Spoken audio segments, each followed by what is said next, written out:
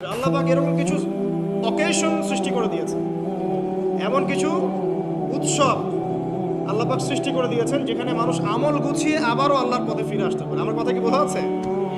ঠিক এরকমই একটা উৎসব হচ্ছে, একটা অকেশন হচ্ছে আমলের উৎসব। সেটা হলো এই জিলহজ মাসের প্রথম 10 দিন। এই জিলহজ মাসের প্রথম 10 দিন সম্পর্কে আল্লাহ পাক সূরা ফজরের মধ্যে শপথ করেছেন, ওয়াল ফাজরি, ফজরের কসম, ওয়া লায়ালিন আশর, এবং এই 10 রাতের কসম। এই 10 রাত বলতে এখানে জিলহজ মাসের এই 10 দিন এবং 10 রাতকে বোঝানো হয়। এর ফজিলত সম্পর্কে নবী সাল্লাল্লাহু আলাইহি ওয়াসাল্লাম একটা হাদিসে বলছেন, সহিহ বুখারীর হাদিস, ইবনে আব্বাস রাদিয়াল্লাহু আনহুমা থেকে বর্ণিত, নবী করিম সাল্লাল্লাহু আলাইহি ওয়াসাল্লাম বলেছেন যে মা মিন আইয়ামিন আমালু সালিহু ফীহিন্না আহাব্বু ইলাল্লাহ মিন হাযিহিল আইয়ামিল আশর। আল্লাহ পাকের কাছে এই 10 দিন অর্থাৎ জিলহজ মাসের প্রথম 10 দিনের নেক আমল যত বেশি প্রিয়, আল্লাহর কাছে জিলহজ মাসের প্রথম 10 দিনের নেক আমল যত বেশি প্রিয়, অন্য কোনো আমল এত বেশি প্রিয় না। অন্য কোনো আমল, এটা বুঝতে গিয়ে সাহাবায়ে কেরাম প্রশ্ন করছেন, ক্বালু, তারা বলছেন, ইয়া রাসূলুল্লাহ, হে আল্লাহর রাসূল, বলুন সাল্লাল্লাহু আলাইহি ওয়াসাল্লাম, ওয়ালাল জিহাদু ফি সাবিলিল্লাহ, আল্লাহর পথের জিহাদও কি নয়?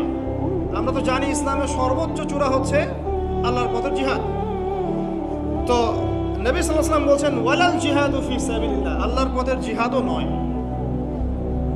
আল্লাহর পথের জিহাদও নয়, ইল্লা, তবে ওই ব্যক্তির কথা ভিন্ন, রাজুলুন খারাজা বিনাফসিহি ওয়া মালিহি ফালাম ইয়ারজি মিন যালিকা বিশাই, কোন একজন ব্যক্তি যে তার জান এবং তার মাল নিয়ে আল্লাহর পথে বেরিয়ে গেছে, তারপরে কোনো কিছু নিয়ে সে ফিরে আসতে পারে নাই, মানে সে শহীদ হয়ে গেছে, এই ব্যক্তির কথা ভিন্ন।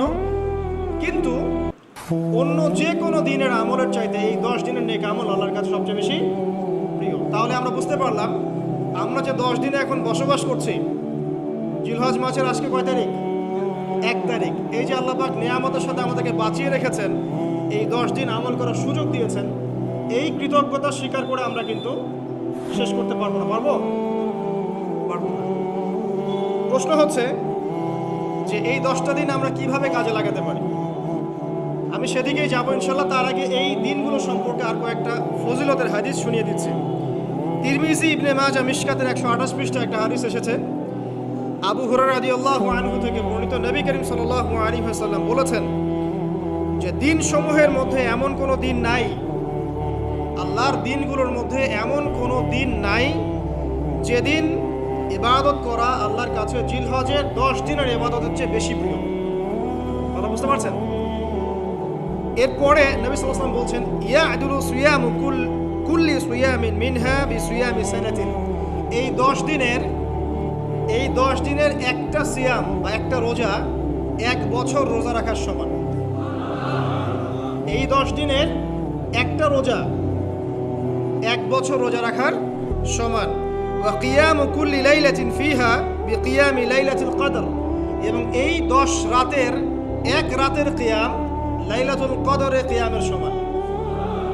আর আমরা জানি লাইলাতুল কদর সম্পর্কে আল্লাহ পাক কি বলেছেন, লাইলাতুল কদরি খায়রুম মিন আলফি শাহর, 1000 মাসের ইবাদতের চেয়ে উত্তম। তাহলে আমরা বুঝতে পারছি যে এই 10 দিন 10 রাত কি আমল করতে হবে, এই হাদিসটা বলে দিচ্ছে, সিয়াম এবং কিয়াম। 10টা সিয়াম না পড়েন, অ্যাটলিস্ট 3টা সিয়াম পারা যাবে ইনশাআল্লাহ। পারা যাবে না? একটা সোমবার পাবো সামনে আমরা, ওটা রাখা যাবে ইনশাআল্লাহ। একটা বৃহস্পতিবার পাবেন, সেটাও রাখা যাবে ইনশাআল্লাহ। আর আরাফার সিয়াম পাবেন ইনশাআল্লাহ। আরাফার সিয়াম রাখলে আগের 1 বছর, পরের 1 বছর, 2 বছরের গুনাহ মাফ হয়ে যাবে ইনশাআল্লাহ আযজা ওয়া জাল্লা। আর কিয়াম সম্পর্কে আমি সামনে বলছি ইনশাআল্লাহ তাআলা। এরপরে বাইহাকির একটা বর্ণনা আছে যে জিলহজ মাসের প্রথম দশকের রাতে, জিলহজ মাসের প্রথম দশকের রাতের প্রত্যেকটা নেক আমলকে 10 দিয়ে গুণ করা হয়, 10 গুণ বৃদ্ধি করা হয়। সুবহানাল্লাহ। আরও আছে বাইহাকি এবং ইসবাহানির বিশুদ্ধ সনদে হযরত আনাস বিন মালিক রাদিয়াল্লাহু আনহু থেকে বর্ণিত আছে, জিলহজ মাসের প্রথম দশকের প্রতিদিন 1000 দিনের সমান, মানে প্রতিদিনের আমল 1000 দিন আমলের সমান, এবং আরাফার দিনের মর্যাদা 10,000 দিনের সমান। আরাফার দিন যে ব্যক্তি ইবাদত করবে ইনশাআল্লাহ তাআলা সে 10,000 দিন ইবাদতের নেকি পাবে ইনশাআল্লাহ আযজা ওয়া জাল্লা। তো প্রথম কি করতে হবে সেটা এই হাদিস থেকে বোঝা যাচ্ছে। হাদিসটা কি? উম্মে সালামা রাদিয়াল্লাহু আনহা থেকে বর্ণিত, নবী সাল্লাল্লাহু আলাইহি ওয়াসাল্লাম বলছেন যে জিলহজ মাসের চাঁদ যে ব্যক্তি দেখবে সে যেন তার নখ এবং তার চুল এগুলো যেন আর না কাটে। চাঁদ দেখে ফেলেছেন, কুরবানি করা পর্যন্ত এখন চুল আর নখ যেন সে না কাটে। যদি না কাটেন তাহলে কি হবে? আপনি একটা পূর্ণাঙ্গ কুরবানির নেকি পাবেন ইনশাআল্লাহ। আর একটা কুরবানির নেকি কি জানেন? কুরবানির পশুর গায়ে যতগুলো লোমকূপ আছে ততগুলো নেকি আপনার আমলনামায় যুক্ত হবে ইনশাআল্লাহ আযজা ওয়া জাল্লা। এগুলো হাদিস। এখন আমরা প্র্যাকটিক্যাল কিছু কথায় আসি যে কিভাবে আমরা এই 10টা দিনকে কাজে লাগাতে পারি। আমি সবার আগে দোয়া করছি আল্লাহ পাক যেন আমাকে সবার আগে এর উপর আমল করার তৌফিক দান করেন, আমার পরিবারকে তৌফিক দান করেন এবং অতঃপর আপনাদের সবাইকে যেন আল্লাহ পাক এই তৌফিক দান করেন, আমিন। 1 নাম্বার,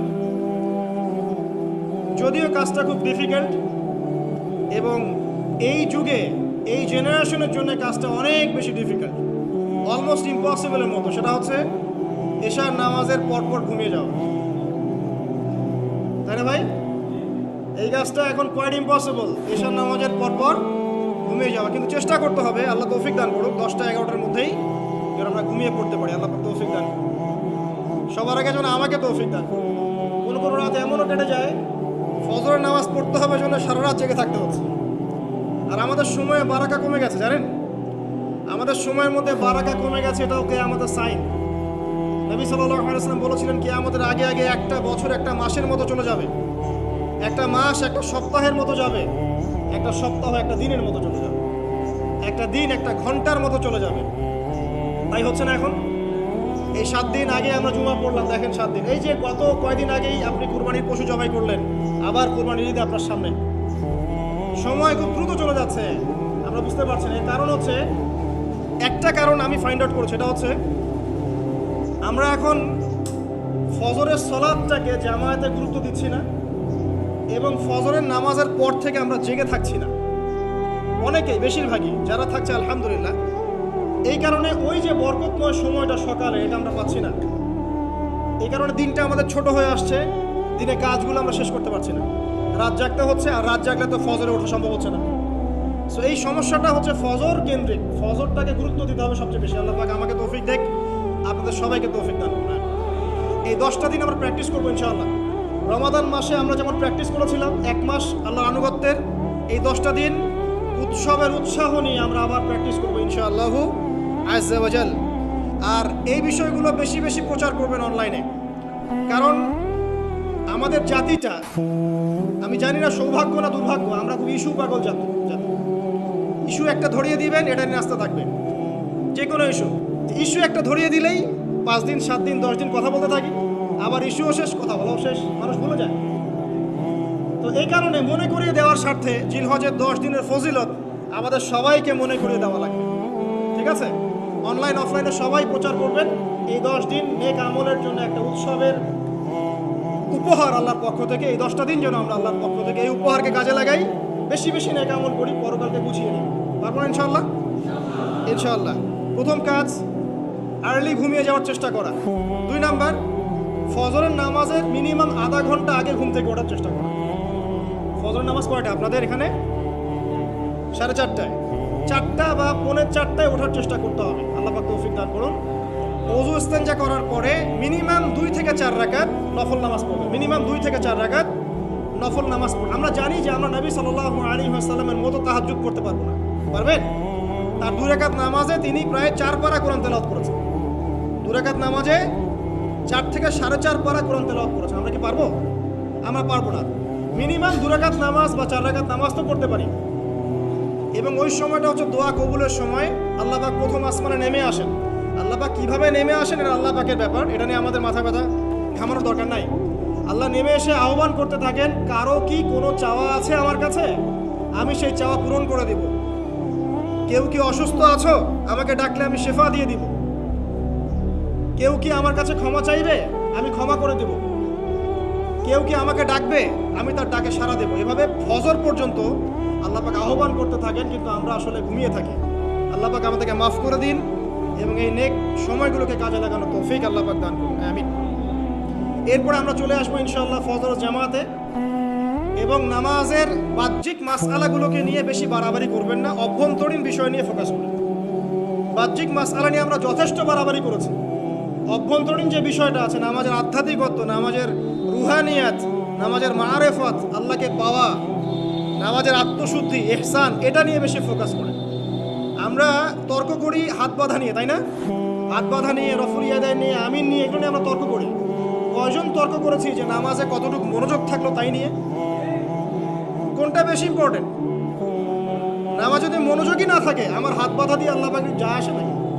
একটা বাহ্যিক আমল করেছে, আল্লাহ পাক নেকি দিবেন, ঠিক আছে ইনশাআল্লাহ। নামাজের ইহসানটা সবচেয়ে বেশি গুরুত্বপূর্ণ নয় কি? ফাওয়াইলুল লিল মুসাল্লিন আল্লাযীনা হুম আন সালাতিহিম সাহুন, যারা নামাজ সম্পর্কে উদাসীন। তো নামাজে দাঁড়িয়ে যদি আমি সারা দুনিয়ার বিষয় চিন্তা করতে শুরু করি, তাহলে আমার হাত কোথায় বাঁধলাম এটা কি আল্লাহ পাক দেখবেন? আল্লাহ পাক আমাদেরকে বোঝার তৌফিক দান করুন যে মূল বিষয় কোনটা, সেটা নিয়ে ফোকাস করি। আমরা মুসলিমরা জাতি হিসাবে এখন মূল বিষয়গুলোকে বাদ দিয়ে গৌণ বিষয় নিয়ে বেশি ফোকাস করি। এটা আমাদের অধঃপতনের অন্যতম একটা কারণ। আল্লাহ পাক আমাদেরকে বোঝার তৌফিক দান করুন, আমিন। জামাতে নামাজ পড়ার পরে আপনারা চলে যাবেন না হুট করে, এখানে বসে থাকবেন। বসে বসে তাসবিহ তাহলিল করবেন, জিকির আজকার করবেন।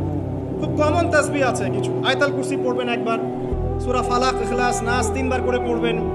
তারপরে আল্লাহুম্মা আনতাস সালাম ওয়া মিনকাস সালাম তাবারাকতা ইয়া যাল জালালি ওয়াল ইকরাম পড়বেন। আল্লাহুম্মা আইন্নি আলা যিকরিক ওয়া শুকরিকা ওয়া হুসনি ইবাদাতিক পড়বেন। আল্লাহুম্মা ইন্না নাসআলুকা ইলমান নাফিআন ওয়া আমালান মুতাকাব্বালান ওয়া রিজকান তাইয়্যিবা, এটা পড়বেন। দরুদ শরীফ পড়বেন 10 বার। তারপরে রাদিতু বিল্লাহি রাব্বান ওয়া বিল ইসলামি দীনান ওয়া বিমুহাম্মাদিন নাবিয়্যা 3 বার। হাসবি আল্লাহ লা ইলাহা ইল্লা হু আলাইহি তাওয়াক্কালতু ওয়া হুয়া রাব্বুল আরশিল আযীম 7 বার। সুবহানাল্লাহি ওয়া বিহামদিহি আদাদা খালকিহি ওয়া রিদা নাফসিহি ওয়া জিনাতা আরশিহি ওয়া মিদাদা কালিমাতিহি 3 বার। তারপরে আর অনেক আছে, বলতে গেলে আসলে সময় শেষ হয়ে যাবে। আমি একটা বইয়ের নাম বলে দিই, এই বইয়ের মধ্যে সব পাবেন, ঠিক আছে? বইটার নাম হচ্ছে হিসনুল মুসলিম। কি নাম? হিসনুল মুসলিম। অ্যাপসও আছে, পকেটে অ্যাপস রাখতে পারেন, পকেট সাইজ বই পাওয়া যায়, পকেটে রাখতে পারেন। নামাজের পরে খুলে খুলে পড়বেন। এগুলো করতে গিয়ে আপনাকে কেউ বাধা দিবে? এগুলো করলে কি আপনি সন্ত্রাসী হয়ে যাবেন, মৌলবাদী হয়ে যাবেন, জঙ্গি হয়ে যাবেন? এই আমলগুলো করবেন, ছাড়বেন না, ঠিক আছে? আমল ছাড়বেন না। আমল সেই জিন্দেহি বানতা, একটা কথা আছে, আমল দিয়েই জীবন গঠিত হয়, জীবন গড়ে। আল্লাহ পাক তৌফিক ইনায়াত করুন। আরেকটা কথা বলি, ফজর নামাজের পরে চেষ্টা করেন আধা ঘন্টা থেকে 1 ঘন্টা কোরআন তেলাওয়াত করার। পারা যাবে ভাই ইনশাআল্লাহ? আবার বলছি, প্রত্যেক হরফে 10 নেকি পাবেন ইনশাআল্লাহ। কোরআন তেলাওয়াত করলে, অর্থ না বুঝেও যদি তেলাওয়াত করেন, প্রত্যেক হরফে 10 নেকি পাবেন ইনশাআল্লাহ। কিন্তু অর্থ না বুঝলে কোরআনের হক আদায় হয় না। আবারও বলছি, আমি যা বলেছি সেটা বলতে আমি দ্বিধা করছি না। আমি বলছি কোরআন তেলাওয়াত করলে প্রত্যেক হরফে আপনি 10 নেকি করে পাবেন। বোঝেন আর নাই বোঝেন, তাফসীর বোঝেন আর নাই বোঝেন, অর্থ বোঝেন আর নাই বোঝেন, প্রত্যেক হরফে কি পাবেন? 10 নেকি পাবেন। কিন্তু অর্থ না বুঝলে, অনুধাবন না করলে কোরআন নাজিলের মূল হক আদায় হবে না। কোরআন নাজিল হয়েছে তাদাব্বুরের জন্য, গবেষণার জন্য, কোরআন কেন্দ্রিক জীবন গড়ার জন্য। যদি অর্থ না বোঝেন, কেমন করে জীবন করবেন? আর যতটুকু বুঝবো আলহামদুলিল্লাহ, যেটা বুঝবো না ওলামায়ে কেরামের কাছে যাবো, জিজ্ঞাসা করবো, জেনে নিবো, সিম্পল। আমি তো সব বুঝবো না, বুঝবো? আমি তো সব বুঝতে পারবো না, যেটা বুঝবো না আলেমদের কাছে জিজ্ঞাসা করে নেবো। কোরআন তেলাওয়াত করুন। এরপর চলে আসেন, যদি পসিবল হয়, ফজরের পর জিকির আজকার করার পর তিলাওয়াত করলেন, এরপর চলে গেলেন। যাওয়ার আগে, মসজিদ থেকে যাওয়ার আগে আপনি অন্তত 2টা রাকাত এই ইশরাকের নামাজ পড়ুন। কিসের নামাজ? ইশরাক। নবীজি বলেছেন, কেউ যদি ফজরের নামাজ জামাতে পড়ে, তারপরে সালাম ফিরানোর পর ওই জায়গাতেই বসে থাকে এবং জিকির আজকার করতে থাকে, সুবহানাল্লাহ 100 বার পড়লো, আস্তাগফিরুল্লাহ 100 বার পড়লো, ঠিক আছে? লা ইলাহা ইল্লাল্লাহ ওয়াহদাহু লা শারীকা লাহ লাহুল মুলকু ওয়া লাহুল হামদু ওয়া হুয়া আলা কুল্লি শাইইন কাদির, এগুলো পড়লো। তারপরে ধরেন দরুদ শরীফ পড়লো ইত্যাদি।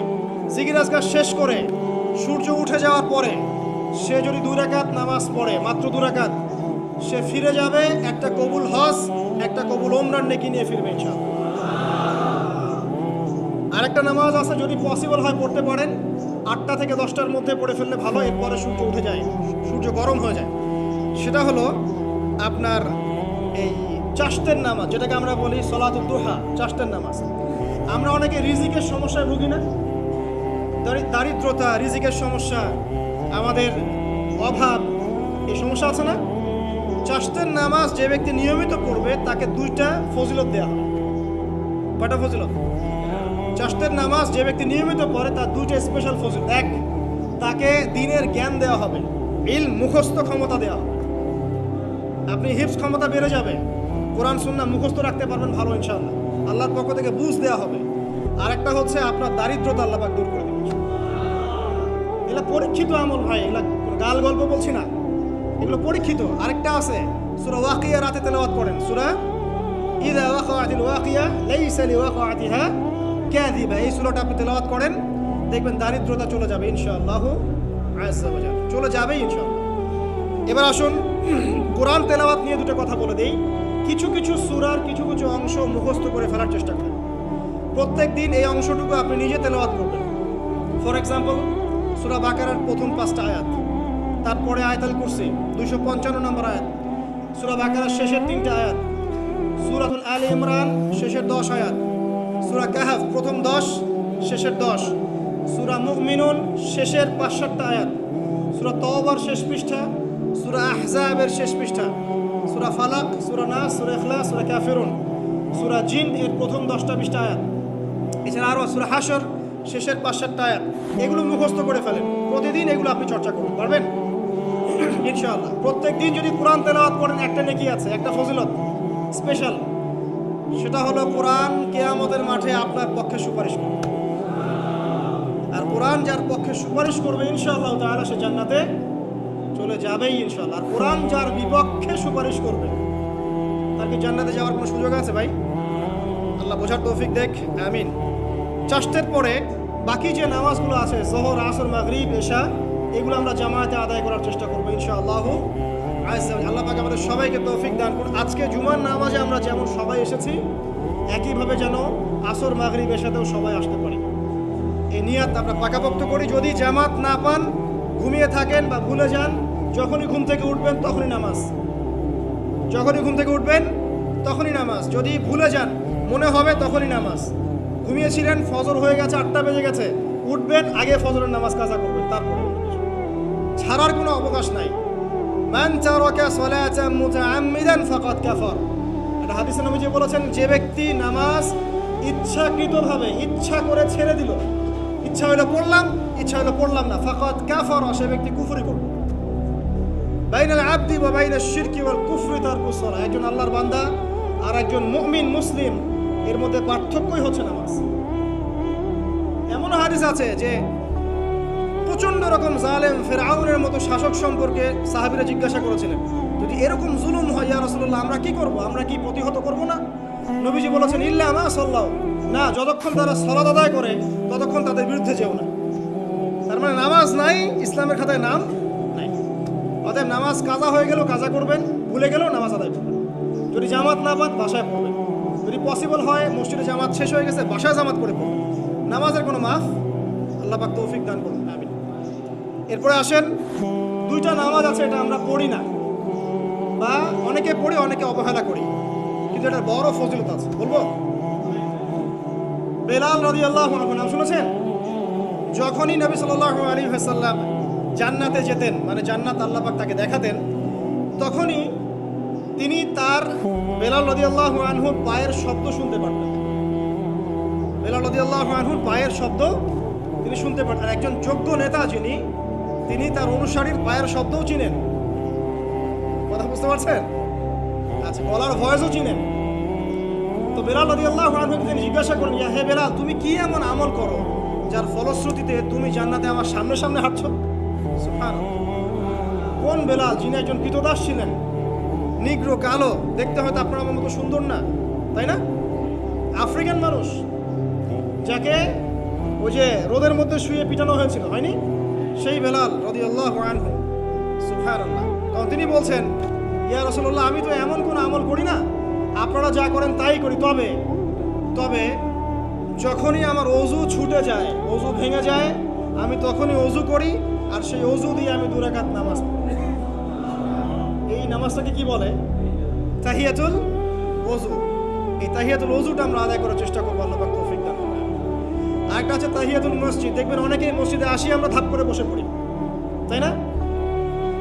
আসলে কিন্তু মসজিদে এসে 2 রাকাত নামাজ পড়ে বসা সুন্নাহ। মসজিদে একটা হক আছে, মসজিদে আসলেন 2 রাকাত নামাজ পড়লেন, সংক্ষিপ্ত আকারে পড়লেন, পড়ে বসবেন, এটা করা উচিত। আল্লাহ পাক তৌফিক এনায়েত করুন, আমিন। এরপরে আসেন, এই 10 দিন কি করব আমরা? এগুলোর পাশাপাশি বেশি বেশি তাকবীর দিবেন। তাকবীর মানে আল্লাহু আকবার, আল্লাহু আকবার, লা ইলাহা ইল্লাল্লাহ, আল্লাহু আকবার, আল্লাহু আকবার, ওয়ালিল্লাহিল হামদ। সাহাবীদের মধ্যে আবু হুরায়রা রাদিয়াল্লাহু আনহু, আব্দুল্লাহ ইবনে আব্বাস, আব্দুল্লাহ বিন ওমর, এই বিখ্যাত সাহাবীরা যখন এই 10 দিনে উপস্থিত হতেন, তারা বাজারে গেলেও তারা বাজারে গিয়ে তাকবীর দিতেন জোরে জোরে। অন্য সবাই শুনে সবাই তাকবীর দিত, তাহলে সমস্বরে তাকবীর হতো। এই সুন্নাহটা চালু করা যেতে পারে। আল্লাহ পাক আমরা সবাইকে তাকবীর দেওয়ার তৌফিক দান করুন, আমিন।